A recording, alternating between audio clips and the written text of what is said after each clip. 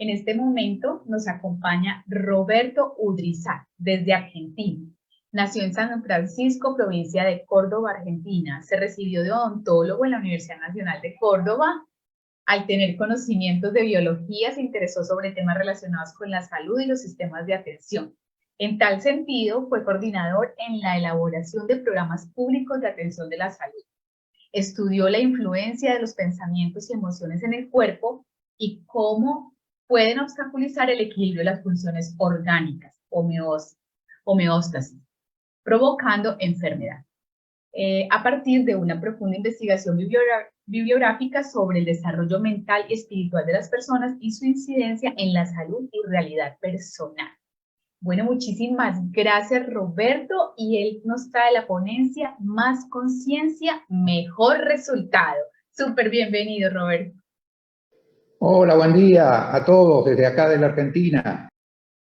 Es un gran honor, es un gran placer para mí estar en este congreso tan bien organizado y con tan importantes ponentes, que, debo decirlo, después de tantas experiencias, tantas buenas exposiciones, han bajado un poco mi autoestima, pero voy a poner lo mejor de mí para poder expresar lo que yo tengo para ustedes, que es más conciencia, mejor resultado.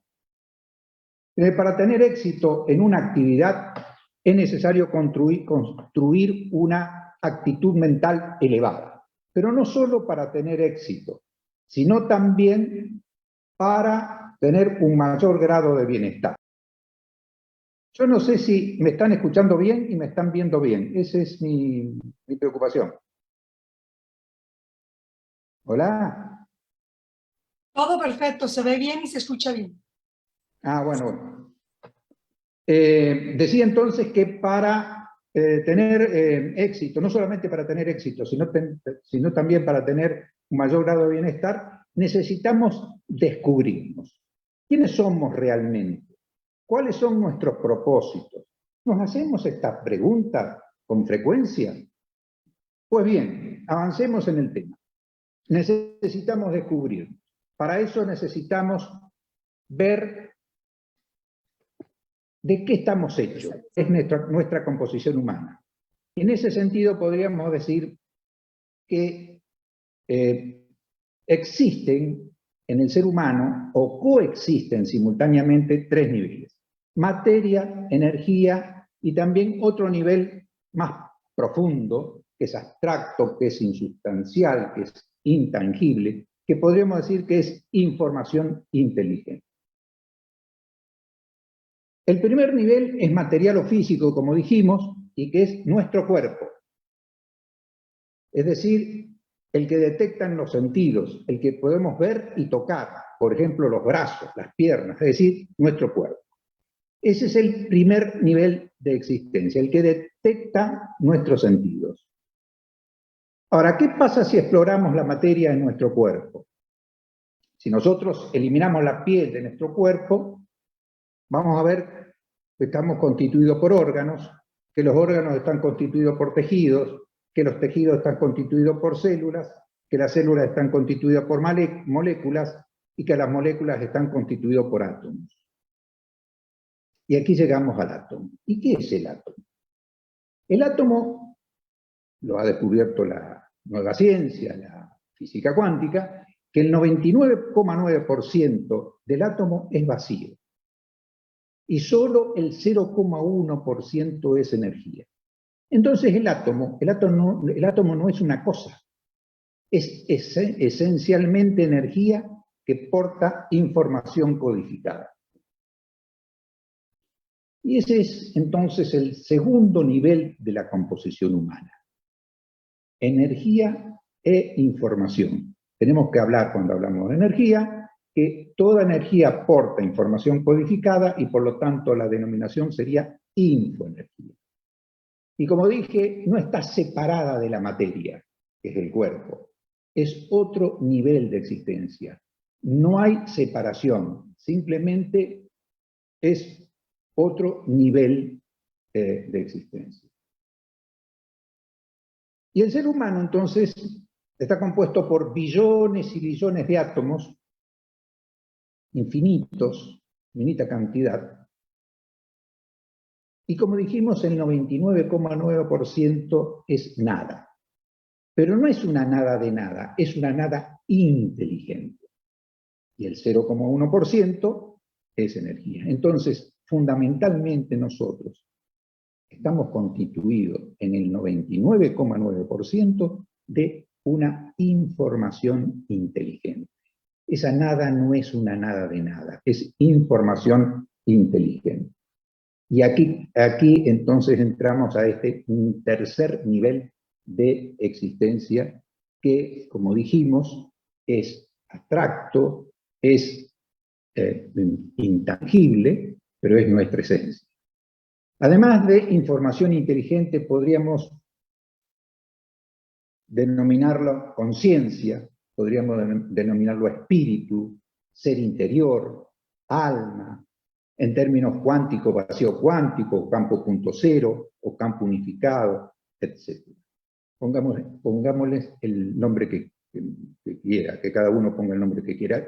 El que más resuena conmigo es conciencia. Porque conciencia significa con conocimiento, pero es un conocimiento absoluto, es la sabiduría intuitiva que todos tenemos. Entonces, ¿la podemos definir a la conciencia?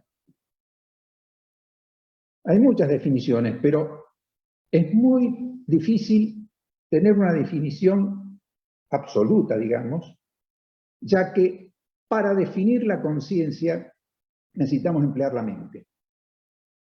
Y la conciencia trasciende la mente. Por lo tanto, es imposible definirla con total precisión porque por más brillante que sea la mente, por más brillante que sean nuestros pensamientos, tenemos que definir algo que nos trasciende, que trasciende nuestra mente.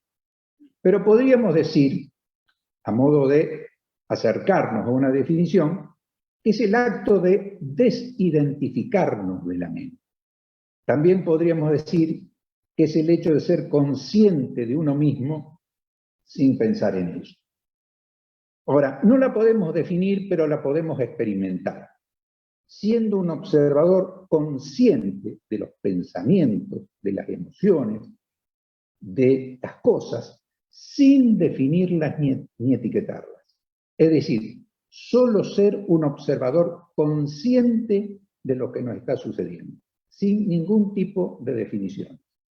También la podemos experimentar concentrándonos en el espacio entre pensamientos en un acto meditativo.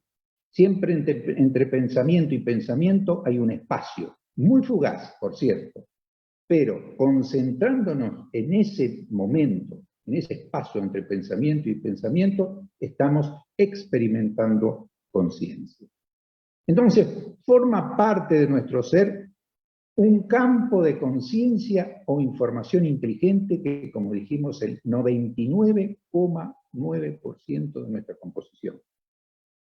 Y se expresa en forma de sabiduría intuitiva, creatividad e inspiración.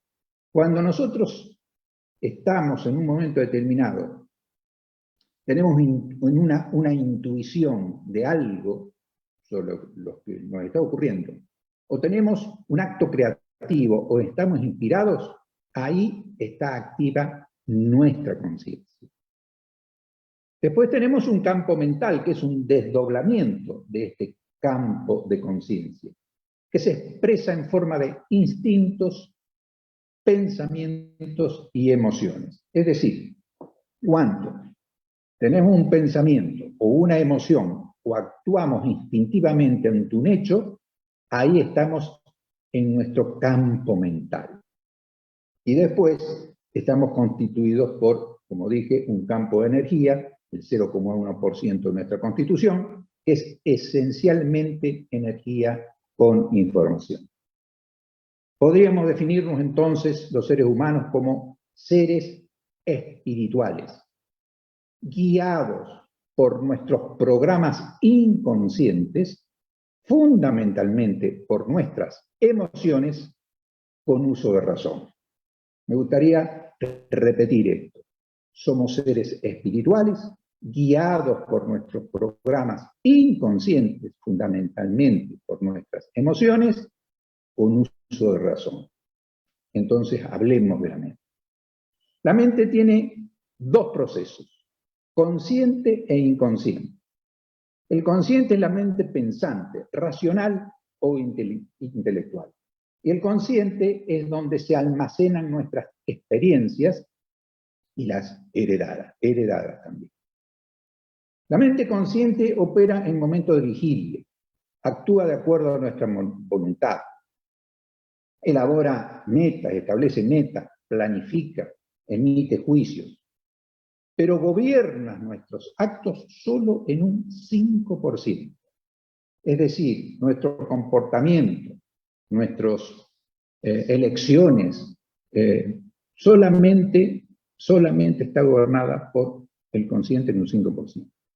El otro 95% lo gobiernan nuestros programas inconscientes, que influyen decididamente en nuestra realidad personal.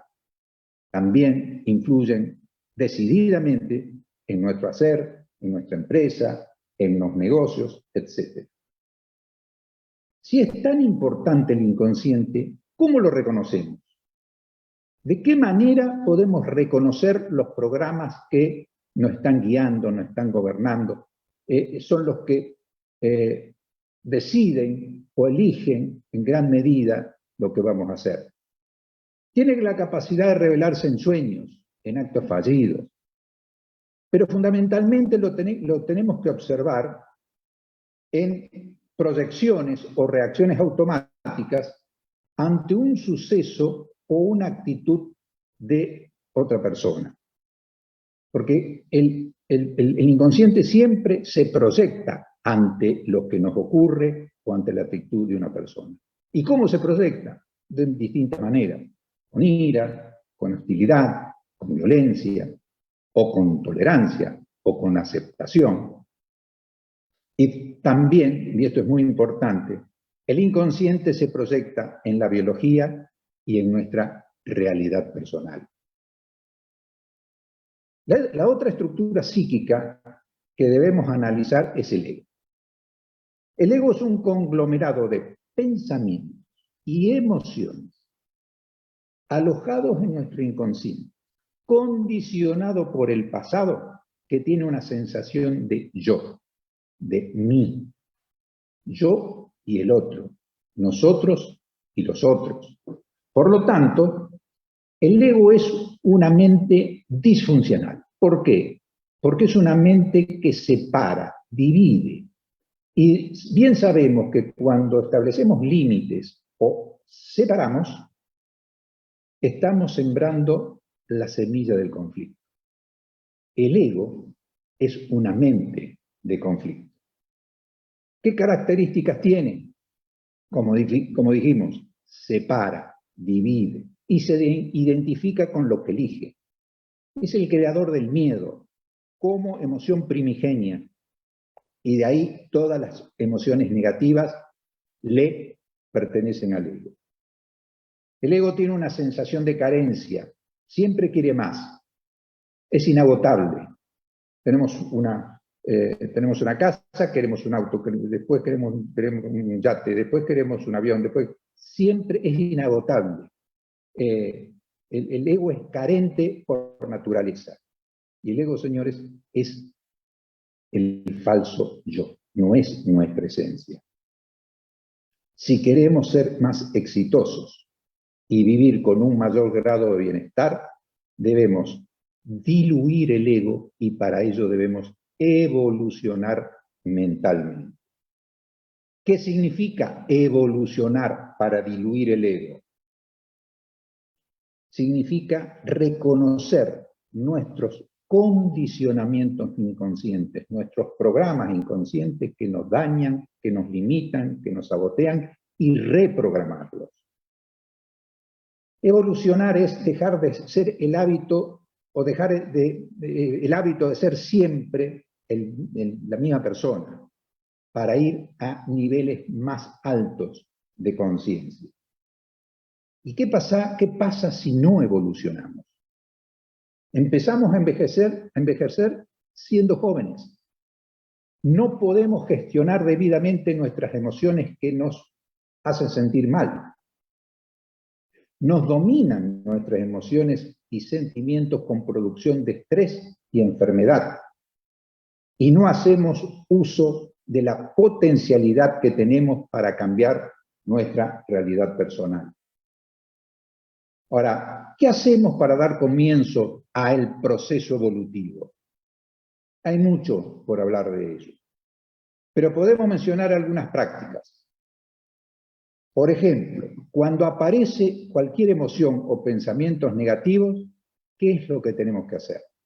Simplemente observarlos y soltarlos. Esto es una práctica que lo debemos hacer con frecuencia y que es muy importante para ir ganando un mayor grado de bienestar. Simplemente cuando aparece una emoción, un sentimiento negativo o un pensamiento negativo, simplemente lo observamos, es decir, nos enfocamos conscientemente en él o en ellos y lo soltamos. Observarlos de manera consciente, es decir, observación consciente sin adjetivar ni etiquetarlos. Simplemente observación consciente. Y luego soltar. ¿Soltar qué quiere decir? Soltar quiere decir cambiar el enfoque, cambiar el centro de atención a otro pensamiento positivo. Esta es una práctica extraordinaria para ir evolucionando en conciencia. También hay otras prácticas como por ejemplo la aceptación. Aceptar lo que está sucediendo, porque lo que sucede es, y no lo podemos cambiar. Y aceptar no significa inacción o resignación. Significa aprender de lo que nos está sucediendo para luego evitar que suceda en el futuro. También tenemos que evitar la queja vana, porque la queja desgasta mucha energía. Energía que necesitamos para las cosas útiles de la vida. Despejar la idea del victimismo. Nosotros no somos víctimas de lo que nos sucede, sino responsables de lo que nos sucede. Evitar los juicios y las culpas. Los juicios y las culpas también generan un gasto enorme de energía de manera inútil. ¿Qué actitud debemos tener? Ser positivos, ser agradecidos, ser solidarios. Cuando nosotros nos transformamos en esta persona, en otra persona, en la persona que estamos enumerando, entonces empezamos a poder dar lo mejor de nosotros mismos, de lo mejor que tenemos, para nosotros mismos y para el resto de la humanidad. Esto es todo, es lo que quería transmitirle, y le agradezco mucho a todos ustedes por haber participado en este maravilloso congreso. Doctor Roberto. Sí. No se imagina el honor de poder decir doblemente colega. Colega porque nos une la hermosa profesión de la odontología. Colega porque nos une el hermoso oficio del coaching. De verdad que ha sido hermoso oírte hablar de la conciencia, de esa unión e inclusión de la conciencia entre todos nuestros conceptos variados. Alma, espíritu, estado cuántico. Creo que nos queda clarísimo el concepto. La aceptación, importantísimo. De verdad que ha sido un honor compartir este espacio contigo. El grupo de fans que tienes en esta sala VIP de Zoom es divino. Me llena de orgullo entregarte este reconocimiento que da Global Coaching Federation por esa participación y esa excelente ponencia, esa valiosa toma de conciencia para todos en nuestro Congreso Mundial de la Inclusión 2023. Ángel López, nuestro presidente, Jesús Graringuera, nuestro vicepresidente, te agradecen y te reconocen nuevamente. Muchas, muchas gracias. Malena, aquí te dejo. Muchas gracias, doctor. Bueno, muchas gracias a ustedes y sigan adelante con esta maravillosa organización. Muchas, muchas gracias, doctor. A ver, tengo retorno por acá. Muchas gracias, doctor. Comparto con Gilla, estábamos aquí súper conectados contigo. Gracias por aceptar esta invitación y por hacer parte de este congreso maravilloso.